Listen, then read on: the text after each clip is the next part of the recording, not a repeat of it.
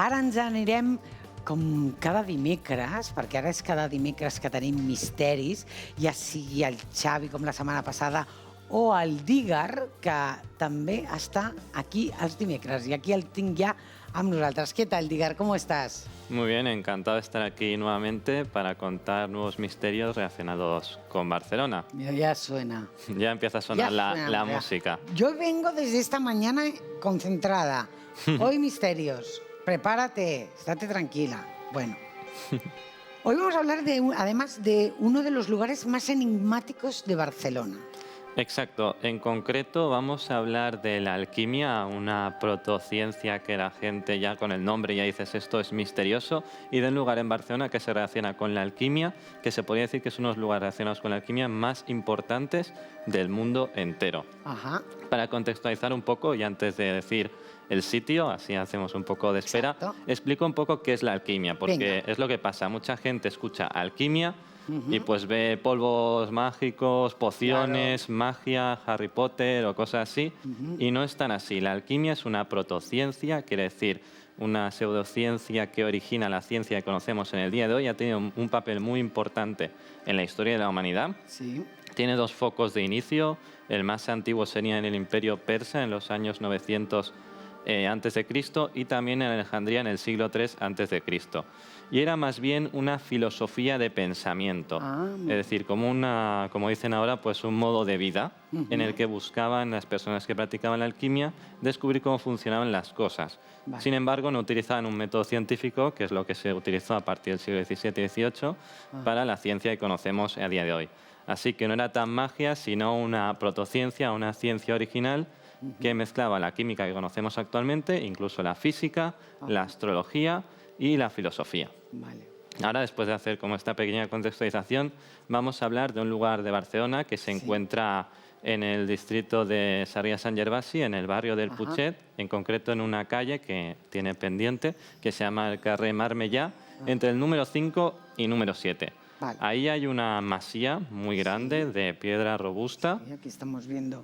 Sí, ahí estamos viendo la masía, que es bastante impactante. Tiene dos torreones y un jardín de atrás inmenso. Vale. Esta masía, ¿por qué es tan misteriosa? Pues porque dentro de este lugar vivió durante casi 50 años el mayor alquimista de la historia de Barcelona. Y con todas las cosas que debía hacer aquí dentro, además de las historias que esconde. Para conocerlo tenemos que hablar obviamente de este alquimista, que también se llamaba a veces mago, y se llamaba Josep Gifreda.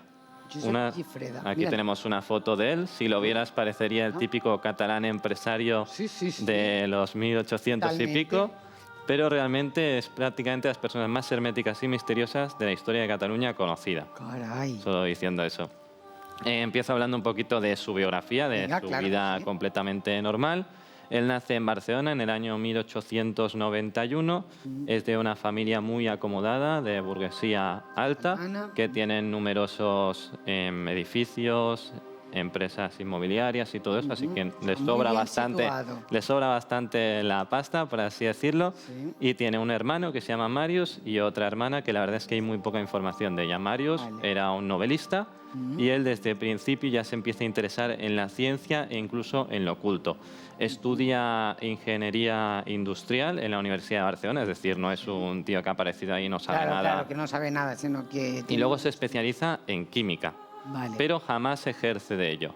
Acaba la carrera y como tienen mucho dinero, sus padres, tanto a él como a su hermano, le regalan esta masía que te acabo de enseñar.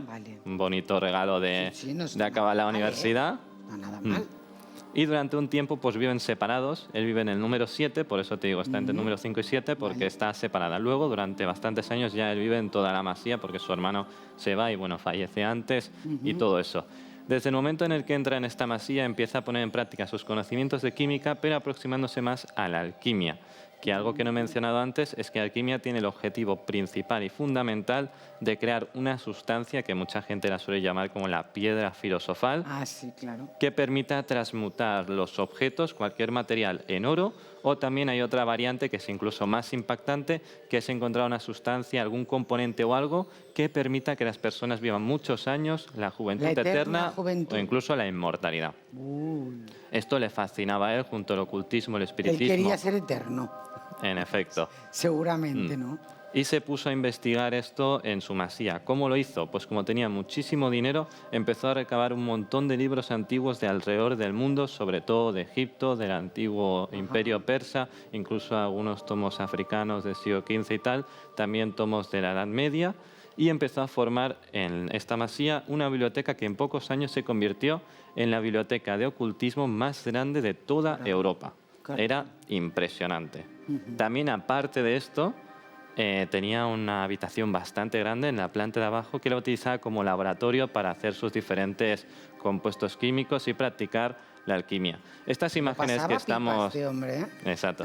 Estas imágenes que estamos viendo, obviamente es una ilustración ficticia, porque es una persona tan hermética que, bueno, todo lo que estoy mencionando ahora, que no lo he dicho, he hecho un pequeño reportaje en YouTube donde explico todo esto. Tenéis más información si os interesa luego. Y claro, hay muchas imágenes que es imposible acceder a ellas. De él hay 3 o 4 fotos de en la boda y poco más. Bueno, él acaba haciendo esta biblioteca inmensa, el laboratorio, y tiene mucha relevancia para las cúpulas de poder, porque tiene mucho dinero y empieza a manejar el ocultismo, que eso atrae mucho a las personas de poder, se ve, y empieza a ser muy influyente, tanto en el ámbito de la alquimia como en el ámbito mundial general. Primero, en la alquimia es considerado maestro de maestros. ¿Por qué? Pues porque Eugène Canseriet, que es un alquimista francés y escritor, uno de los más importantes del siglo XX... Es quien vemos en aquí lo estamos viendo, este es Eugène Canseriet.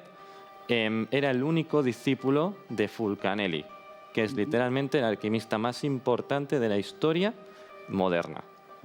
Que también es el autor de... Mira, Fulcanelli, mira, aquí se ha adelantado un poco, pero pasa... Fulcanelli nunca se supo quién era exactamente. Se sabe que era un alquimista francés, se piensa que a lo mejor de aristocracia y todo, y que mantenía en secreto toda su identidad. No obstante, es tan famoso porque escribe algunos libros como El secreto de las catedrales, que es un libro que es el más famoso, el más bestseller de la alquimia de toda la historia, y que la verdad es que es muy críptico. Yo no me lo he leído entero, para hacer este reportaje he leído algunas partes y es muy interesante porque cuenta cosas de forma muy complejas, mezcla ciencia química con ciencia como fantástica y todo eso, y por ello es tan famoso. Y Eugène Canseriet, que era el único discípulo de este hombre, de Fulcanelli, consideraba a Josep Gifreda, en muchas cartas se puede atestiguar, como su maestro, su segundo maestro. Entonces ya esto le daba como una posición de poder, credibilidad, ¿no? En efecto, en todo el círculo, sobre todo de poder de Francia. Además, André Breton, que es un escritor muy reconocido francés, hizo un experimento. André Breton era amigo de Josep Gifreda, en el que preguntó a numerosas personalidades de todo el mundo que le hicieran una lista de los 100 nombres que para ellos pensaban eran más influyentes, más importantes en el mundo. Y numerosas personas, incluso, si no me equivoco, Einstein escribió el nombre de Josep Gifreda, pusieron el nombre de Josep Gifreda, considerándolo una de las personas más influyentes porque, claro, es la típica persona que no es famosa, pero se mueve en círculos tan poderosos que todo el mundo lo conoce. Y todas estas personas tan importantes visitaban, cuando venían a Barcelona, una de las paradas obligatorias era la biblioteca de Josep Gifreda. Sí. Ir a su casa a ver la biblioteca y los experimentos que estaba haciendo. En estos tiempos, bueno, aquí por ejemplo podemos ver algunas personas más importantes de la época que la mayoría de ellos se carteaban. No fueron, pero por ejemplo alguien que hace un rato estabas mencionando en el anterior programa, Salvador Dalí, era una de las personas que más visitaba a Josep Gifreda. Lo visitó prácticamente una vez al año. Iba a verlo y ver cómo iban los experimentos y mirar su biblioteca, ya que tenía, lo que te digo, tomos originales que solo habían en ese sitio con valores incalculables. Imagínate un libro que a lo mejor vale 100.000, 200.000. Y también amuletos del antiguo Egipto. ¿Vale? Todo esto lo que había dentro de la masía, pero esta es como la parte menos extraña o menos paranormal, por así decirlo.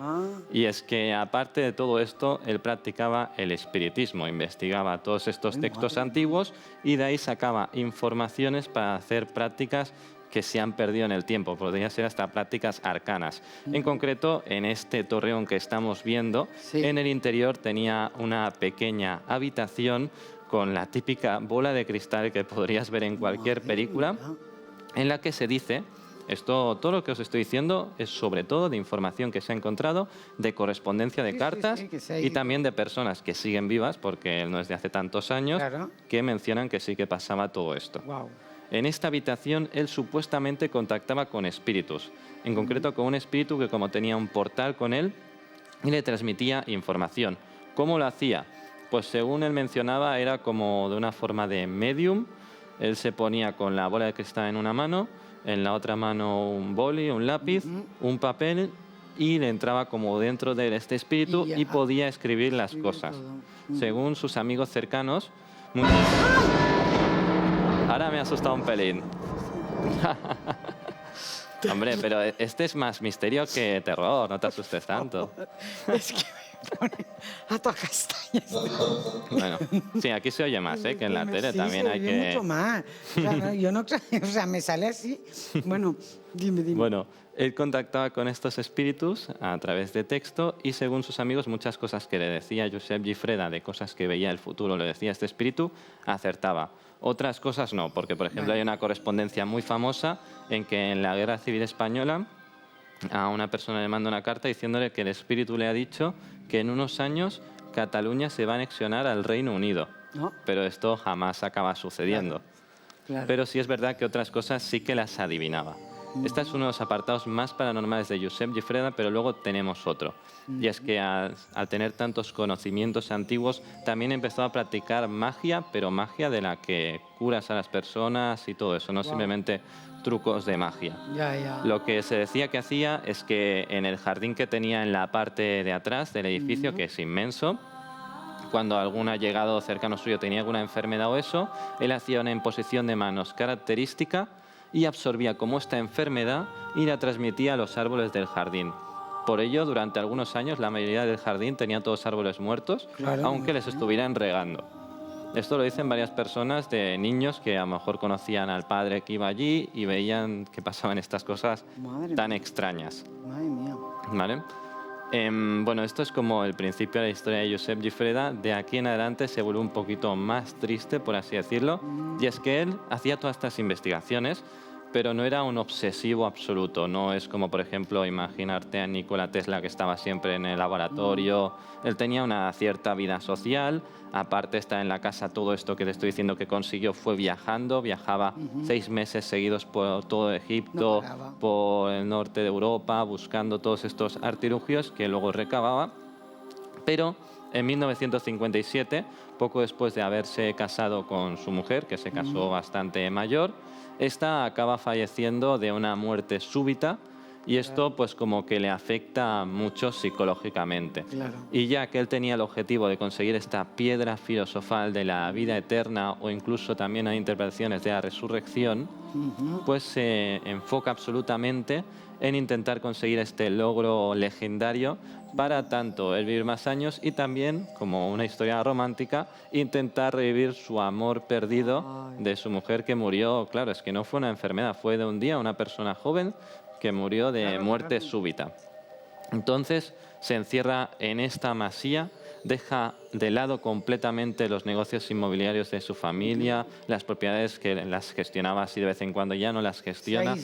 Se aísla totalmente, antes gastaba cantidades ingentes de dinero, pues en este caso ya sin ninguna limitación, y empieza a arruinarse literalmente de tanto dinero que guarda en intentar conseguir artilugios, información para crear la piedra filosofal. En sus últimos años, ya que él tenía problemas de movilidad con las piernas, se iba en silla de ruedas, contrata, por así decirlo, a un par de ayudantes que le ayudan con sus investigaciones. Y unos meses antes de su muerte ocurre lo más misterioso de la historia de Josep Gifreda. Y es que él manda 2 cartas. Una a un discípulo suyo francés que se llama Delacroix y otra que no se sabe la identidad, pero a un alquimista reputado de Francia. Incluso hay gente que dice que a lo mejor era el mismo Fulcanelli. En esta carta dice lo mismo, pero luego con unas variancias que te diré.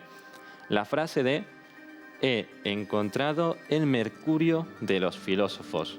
Que el mercurio de los filósofos en lenguaje alquímico quiere decir que literalmente ha hallado la piedra filosofal. Este descubrimiento legendario que se piensa que es una leyenda y ya está.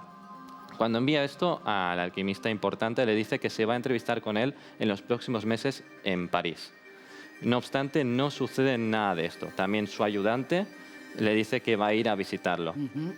Sin embargo, justamente un poco después muere, supuestamente por causas naturales, y Delacroix va a la masía a buscar a Josep Gifreda y la masía está completamente desvalijada. Los ayudantes han vendido todo para ganarse dinero, junto al ama de llaves María, que también ha colaborado.